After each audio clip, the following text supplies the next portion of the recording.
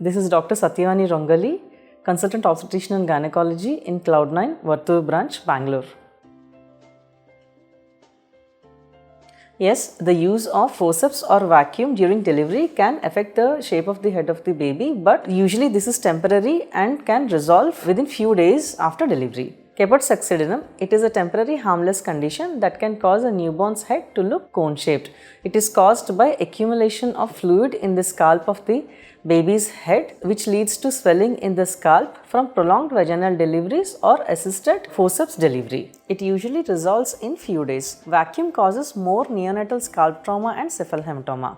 Cephalohematoma is a harmless condition that causes blood collection under a newborn scalp after a difficult vaginal delivery. Pressure during childbirth, including the use of vacuum extractors, can break blood vessels in the scalp, leading to cephalohematoma. It gradually develops after 12 to 14 hours of birth.